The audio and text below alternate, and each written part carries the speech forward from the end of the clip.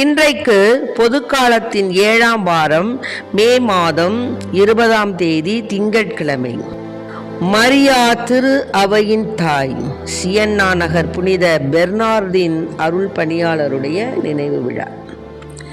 இன்று தேவன் நமக்கு தரும் ஜீவநீர் ஊற்றான இறை வார்த்தைகள் திருப்பாடல் 19, இறை வார்த்தைகள் 7, 8, 9, 14. நாம் அனைவரும் பாட வேண்டிய பதிலுரை பாடல்.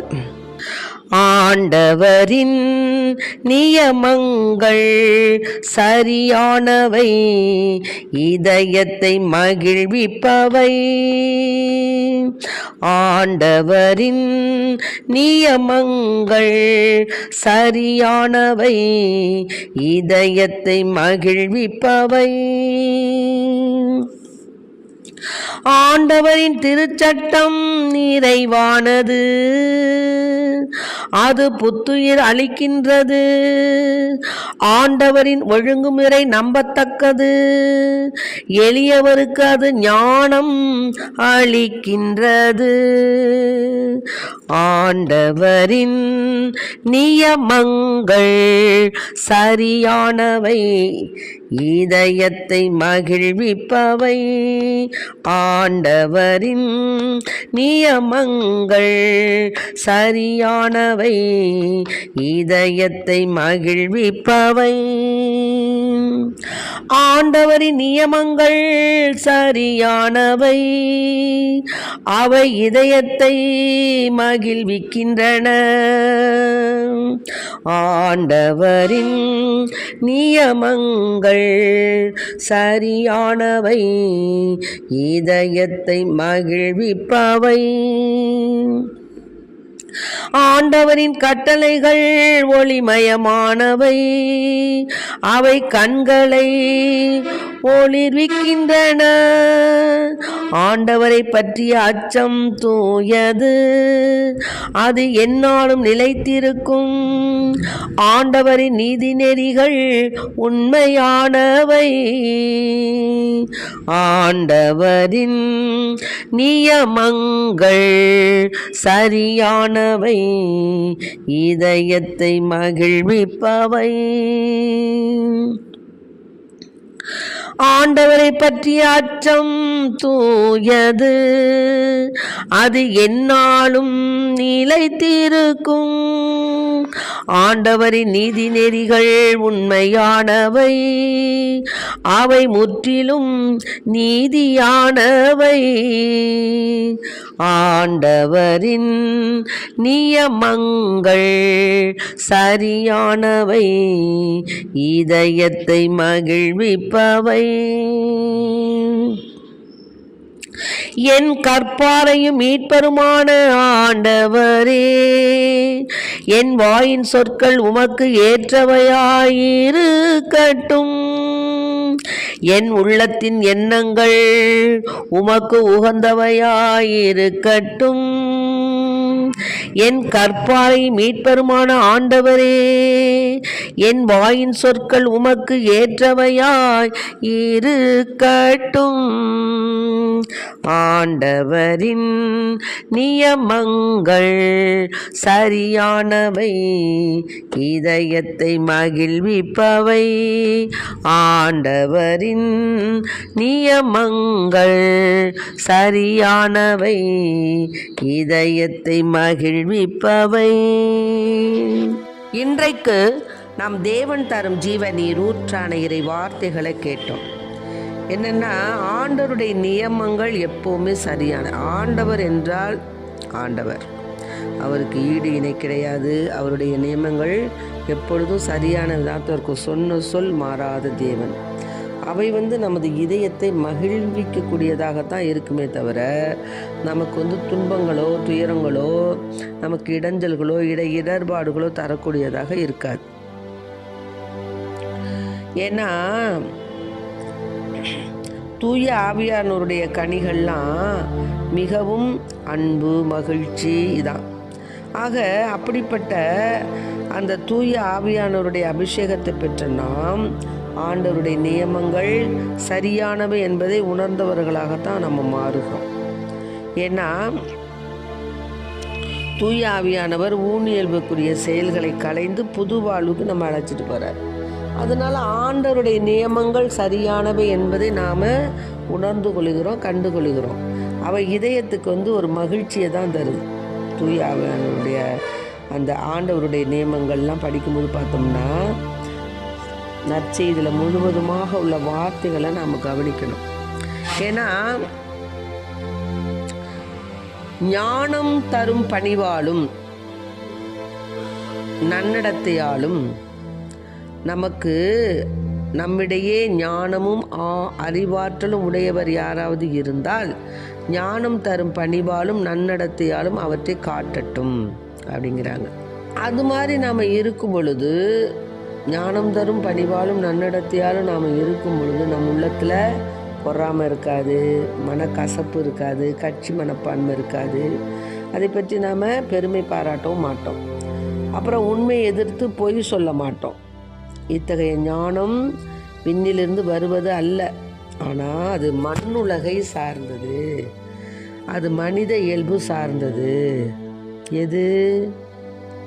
உண்மையை எதிர்த்து நாம் போய் பேசும் பொழுது, இந்த மனக்கசப்பு, கட்சி மனப்பான்மை இதெல்லாம் இருக்கும் பொழுது அது மனித இயல்பு சார்ந்தது, மண்ணுலக சார்ந்தது.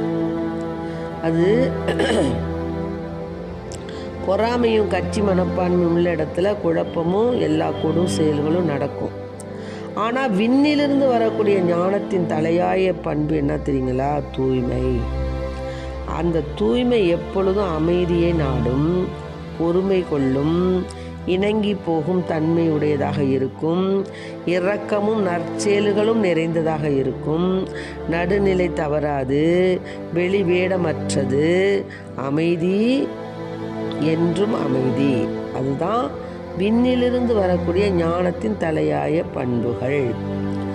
ஆனால் மண்ணிலிருந்து வரக்கூடிய பண்புகள் என்னன்னா பொறாமை, மனக்கசப்பு, கட்சி மனப்பான்மை.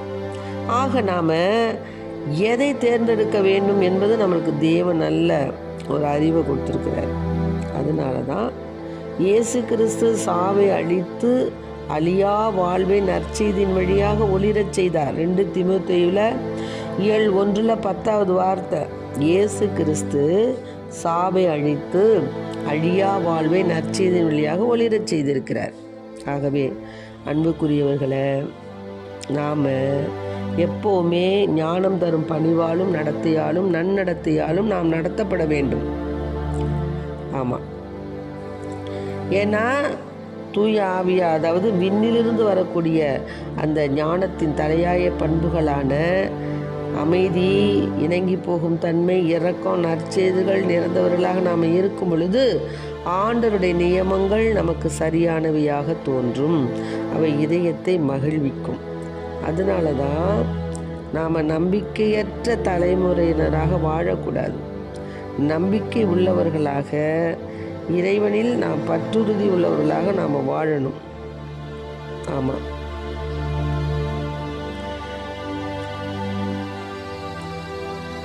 விண்ணிலிருந்து வரக்கூடிய ஞானத்தை பெற்றவர்களாய் நாம் இறைவனுக்கு ஏற்புடைய பிள்ளைகளாக வாழ நம் இறைவனை நாம் வேண்டுவோம்.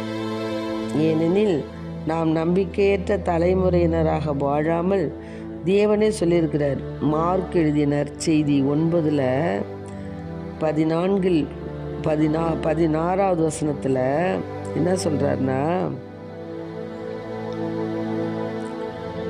நம்பிக்கையற்ற தலைமுறையினரே, எவ்வளவு காலம் நான் உங்களோடு இருக்க இயலும்? எவ்வளவு காலம் நான் உங்களை பொறுத்து கொள்ள இயலும்? அவனை என்னிடம் கொண்டு வாருங்கள்னு சொல்கிறார். ஏன்னா அந்த காலத்தில் பேதுரு, யாக்கோபு, யோவான் ஆகிய மூவரும் மற்ற சீடரிடம் வந்தபோது பெருந்திரளான மக்கள் அவர்களை சூழ்ந்திருப்பதையும் மறைநூல் அறிஞர் அவர்களுடன் வாதாடுவதையும் கண்டனர். அதனால் மக்கள் அனைவரும் இயேசுவை கண்டவுடனே மிக வியப்புற்று அவரிடம் ஓடிப்போய் அவரை வாழ்த்தினர். நீங்கள் இவர்களோடு எதை பற்றி வாதாடுகிறீர்கள் என்று கேட்டார். அப்போ கூட்டத்தில் இருந்த ஒருத்தர் சொன்னான், போதகரே, தீயாவி பிடித்து பேச்சில் அந்த என் மகனை உம்மிடம் கொண்டு வந்தேன். அது அவனை பிடித்து அந்த இடத்திலே அவனை கீழே தள்ளுகிறது. அவன் வாயில் நுரை தள்ளி பற்களை நெரிக்கிறான். உடம்பும் இறைத்து போகிறது. அதை ஓட்டி விடும்படி நான் உன் சீடரிடம் கேட்டேன், அவர்களால் இயலவில்லைன்னு சொன்னார். அப்போ தான் அவர் சொல்கிறாரு, நம்பிக்கையற்ற தலைமுறையினரே, எவ்வளவு காலம்தான் நான் உங்களோடு இருக்க முடியும், எவ்வளவு காலம்தான் நான் உங்களை பொறுத்து கொள்ள இயலும், இதெல்லாம் உங்களுக்கு தெரியாதா, அவனை என்கிட்ட கொண்டு வாங்கன்னு சொல்லி அந்த ஆவி, அந்த வலிப்பு உண்டாக்குன அந்த அவருக்கு முன்னாடி கொண்டாந்தாங்க. அப்போ அவன் தரையில் விழுந்து புரண்டு அழுதான், வாயில் நுரை தள்ளியது. அவர் அவனுடைய தந்தையை பார்த்து, இவனுக்கு எவ்வளோ காலம் இருக்குது அப்படின்னு கேட்டார். குழந்தை பருவத்திலிருந்து இருக்குன்னு சொன்னாங்க. அப்போ இயேசு அவரை நோக்கி, அதனால் உம்மால் ஏதாவது செய்ய இயலுமானால் எங்கள் மீது பரிவு கொண்டு எங்களுக்கு உதவி செய்யும் அப்படின்னு அந்த சிறுவனுடைய தந்தை கூறினார். அப்போ தான் இவர் சொன்னார், இயலுமானாலா, எல்லாம் நம்புகிறவருக்கு எல்லாம் நிகழும்னு சொன்னார். உடனே அந்த சிறுவனின் தந்தை சொன்னால், நான் நம்புகிறேன், என் நம்பிக்கையின்மை நீக்க நீங்கள் உதவும் அப்படின்னு கதறினான். அப்போது மக்கள் கூட்டம் தம்மிடம் ஓடு வருவதை இயேசு கண்டு அந்த தீய ஆவியை அதட்டி, ஊமை செவிட்ட ஆவியே, உனக்கு கட்டளையிடுகிறேன், இவனை விட்டு வெளியே போ, இனி இவனுள் நுழையாதேன்னு சொன்னார். அப்போது அவனுக்கு மிகுந்த வலிப்பு உண்டாகி அந்த சிறுவன்கிட்டிருந்து அந்த ஆவி வெளியேறியது. அப்போ அவன் இறந்தவன் போனானான். இயேசு அவன் கையை பிடித்து தூக்கிவிட்டார். அவனும் எழுந்தான். பார்த்தீங்களா? அவர் வீட்டில் நுழைந்ததும் அவருடைய சீடர் அவரிடம் தனிமையாக வந்து, ஏன் எங்களால் அதை ஓட்ட முடியலை அப்படின்னு கேட்டாங்க. அதுக்கு சொன்னார், இத்தகைய பேய்கள்லாம் இறை வேண்டலினாலும் நோன்பினாலும் அன்றி வேறு எதனாலும் வெளியேறாது என்றார். பாருங்கள். அதனால் அன்பு பிள்ளைகளை, நம்புகிறவர்களுக்கு எல்லாமே நலமாக நிகழும். நம்பிக்கை தான் நம்முடைய வாழ்க்கையில் மிகவும் முக்கியமானது. அதனால் நம்பிக்கையோடு நாம் இறைவனை தேடுவோம். நம்பிக்கையோடு இறை நியமங்களை கடைபிடிப்போம். நம்பிக்கையோடு தேவனுடைய திருச்சட்டத்திற்கு, அவருடைய நியமங்களுக்கு நாம் கீழ்ப்படிவோம், ஏற்றுக்கொள்வோம்.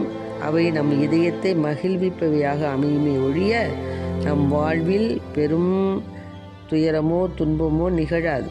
அதனால் பெண்ணிலிருந்து வரக்கூடிய தலையாய பண்பான அந்த ஞானத்தின் பண்பை நாம் ஏற்றுக்கொண்டு அமைதி, பொறுமை கொள்ளும், இணங்கி போகும் தன்மை, இரக்கமும் நற்செயல்களும் நிறைந்த வாழ்க்கையை நாம் வாழ்வோம். ஆமேன்.